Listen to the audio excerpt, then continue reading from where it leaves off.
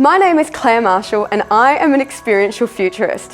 What on earth is an experiential futurist? See, we have two ways to think about things, the rational mode and the experiential mode.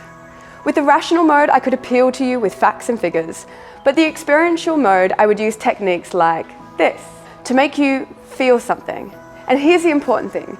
The experiential mode has a much greater influence over decisions made under uncertainty, and there's nothing more uncertain than the future. So what does an experiential futurist do? Or an even better question, why do they do what they do? And perhaps the best way for me to explain this is with an experiment. Please close your eyes. Now I want you to imagine yourself 20 years into the future. It's pretty hard, right? If you did imagine something, it was probably something that you've seen on TV or in a recent newspaper article. It's really difficult to imagine the future, so we latch onto ideas that are around us. Nobel laureate Robert Shiller calls them dominant narratives, and he kind of likens them to a virus. People hear a story told to them, find it interesting or provocative, and then spread it. And then they spread it. And before you know it, these narratives have spread far and wide and changed how society thinks. My process as an experiential futurist starts with defining these dominant narratives and designing something to counter that. Maybe tell a new story, or maybe just say, hey, this is a story. Let me give you an example. Robots taking our jobs. It's a narrative that still acts as clickbait, but really this narrative began over 200 years ago. Of course, it's mutated a few times, but extensively this narrative of humans and robots competing with each other for the same jobs has come back again and again. But how many of us have really even questioned this narrative? In 2018, the then CEO of CSIRO begged in an article in the Australian Financial Review, we need to drop the robots are taking our job mindset because it's actually doing harm to research where robots can really help. So how do we counter this narrative? What if the new narrative was one where humans didn't compete with robots and instead thought of them as collaborators, maybe even friends? In 2017, Joy Suleiman, the Learning Space Coordinator at the Connection in Rhodes, wanted an event that would bring people together to have a conversation about the future of humans and robots. I planned an educational workshop series, a panel event, but the jewel in the crown of the day was the Human-Robot Friendship Ball, where everyday people would come and get the chance to meet a range of different robots and most importantly, have a dance with them.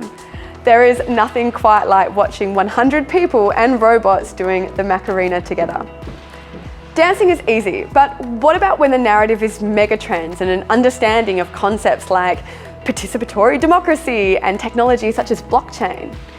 In September 2017, Reece Proudfoot, the innovation strategist for WWF Australia, was organising a Future Cities-focused hackathon. Reece came wanting to create a visioning experience that would both educate and inspire the hackathon participants. They needed to understand megatrends, but they also needed to feel inspired enough to tap into their own ideas for the future. I knew the power of audio from my TV days, so I designed an audio tour of the future. Participants with their headphones in would follow a loop around the streets of Sydney, looking at landmarks and hearing a history of the future. One loop as a utopia and one as a dystopia. So I knew I'd use some tricks like music and poetic language. But it surprised even me when one day I saw two women who had done the tour weeping. I rushed over and apologised, but it was actually the utopia that had made them weep. One of the women turned to me and said, "It's just so beautiful to imagine a world like that. I feel like we only ever hear about how the world is headed for disasters." Dominant narratives are powerful. In 2018, with WWF in the City of Sydney, we put on a series of events called the Greenhouse Sessions. And we started each event with a story, or a song, or some stand-up comedy. Each story was designed to challenge this dominant narrative of the future and leave the audience open to thinking about many possible futures. After the story, we had a panel, we had pictures, but really, it was the stories that people remember. You can even hear them now as a podcast, thanks to Podcast One. Stories are powerful, and with some good writing, you can make them emotional. But I wondered, could I design something that made it feel real?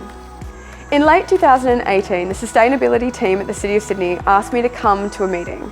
They wanted something cool that they could catch people's attention in the foyers of large office buildings in the city and make them want to get involved in the City Switch sustainability program. And I thought, a museum of futures. It's real and cool. I also designed 2 lots of objects, so it was clear that the future was not a given, but a choice that we all make collectively all the time. I want to know how experiential futures can be used to not just provoke new ideas about the future, but how they can be designed to help people prototype ideas for the future and then build them together.